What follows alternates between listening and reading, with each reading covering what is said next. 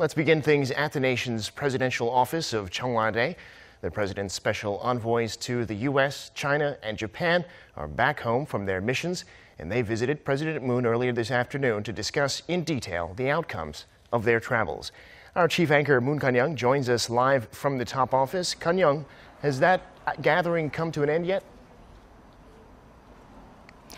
Right, Devin, yes, it has, but not too long ago, I should say. So the president's envoys to the U.S., China, and Japan came into the Blue House earlier today, now back home from their special trips to brief the president on their outcomes.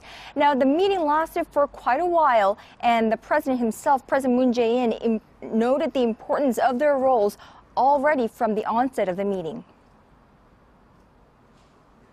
오랫동안 우리 중국이 혼란 상태에 빠지면서 외교가 공백 상태에 있었는데 그 오랜 외교 공백을 일부에 다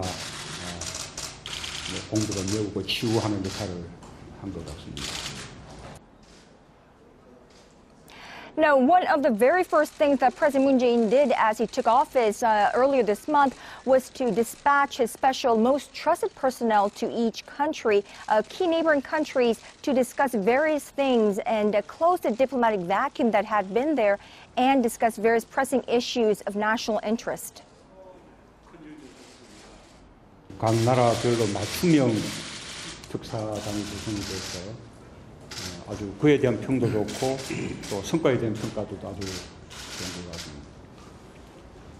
뿐만 아니라 다들 이 미국 트럼프 대통령 또 시진핑 주석 아베 총리 이렇게 또 정상들하고도 다 직접 만나서 여러 가지 현안에 대해서 허심탄회하게 의견 교환도 했고 또 그런 과정에서 사드 문제에 대해서 그렇고 또 우리 한일 간의 위안부 합의에 대해서도 그렇고 우리가 할 말을 좀 제대로 했다고 생각이 됩니다.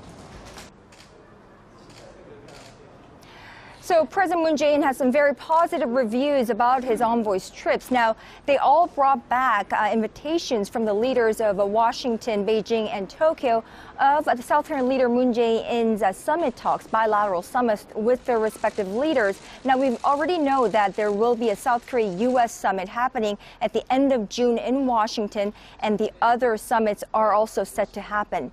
So that is the special envoy's visit to the Blue House for President Moon Jae-in today. But earlier today, President Moon Jae-in, in fact, went ahead to complete his security team.